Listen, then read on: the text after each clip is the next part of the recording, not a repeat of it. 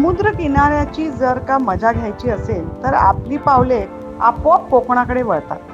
त्याला कारणही तसंच आहे. कोकणाला विस्तीर्ण असा 720 किलोमीटरचा किनारा लाभला आहे. तर आज आपण दापोलीमधील जवळच असलेल्या आंजर्ले बीचवर जाऊया.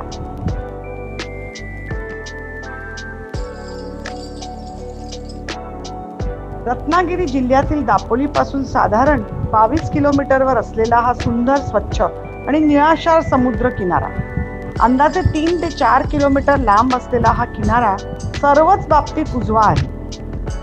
या आंजर्ले गावचे मूळ नाव अजरालय.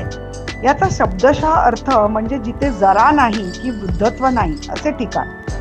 याचा उल्लेख करताना कालांतराने आंजरला आणि मग आंजर्ले झाले. या गावची रचना आदिलशाही सरदार शिर्के यांच्या जहागिरीत म्हणजे 16व्या शतकात झाली असावी. डोंगराच्या पायथ्याशी वसलेले अस्सल कोकणी टुमदार कौलारू घरं आणि मांडाच्या बनात वसलेले हे सर्वांग सुंदर प्रसन्न असे आंजर्ले गाव. या आंजर्ले बीचवर तर तुम्ही कधीही गेलात तरी तुम्हाला प्रसन्नच वाटेल. तुम्ही कितीही लांबून आला असाल आणि थकला असाल तरी या आंजर्ले बीचवरील फेसाळत्या पांढऱ्या शुभ्र आणि निळाशार लाटेत एकदा का तुमचे चरण स्पर्श झाले की तुमचा थकवा आणि आलेली मरगळ कुठच्या कुठे निघून जाते.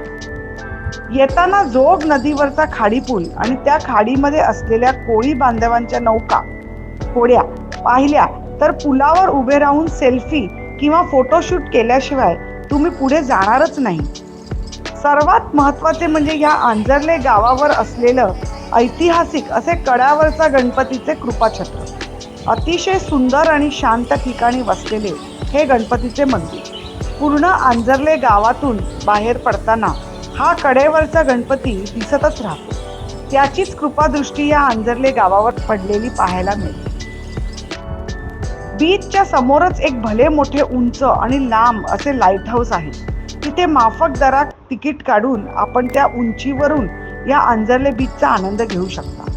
परंतु येथे वयस्कर व्यक्ती एवढ्या वर जाऊ शकत नसल्याने त्यांनी खालूनच या बीचचा आनंद घेतलेला बरा. थंडीच्या सुरुवातीला साधारण महिनाभर इथे सीगल पक्ष्यांचे सुद्धा आगमन होते, पण छोट्या प्रमाणात. त्याचबरोबर थंडीत प्रजोत्पादनासाठी येणाऱ्या ऑलिव्ह रिडले जातीच्या कासव माद्या आणि फेब्रुवारी-मार्च मध्ये त्यातून बाहेर येणारी शेकडो लहान लहान पिल्ले, त्यांची समुद्रात जायची लगबग सर्वच बघण्यासारखी असते. याच कासवांच्या संवर्धनासाठी गावातील तरुण कासव मित्र विशेष काळजी घेतात, मेहनत घेतात. पिल्ले बाहेर येण्याच्या काळात कासवांचे संरक्षण आणि पर्यटकांना आकर्षण यासाठी कासव महोत्सव आयोजित केला जातो. तर मग वाट कसली बघताय?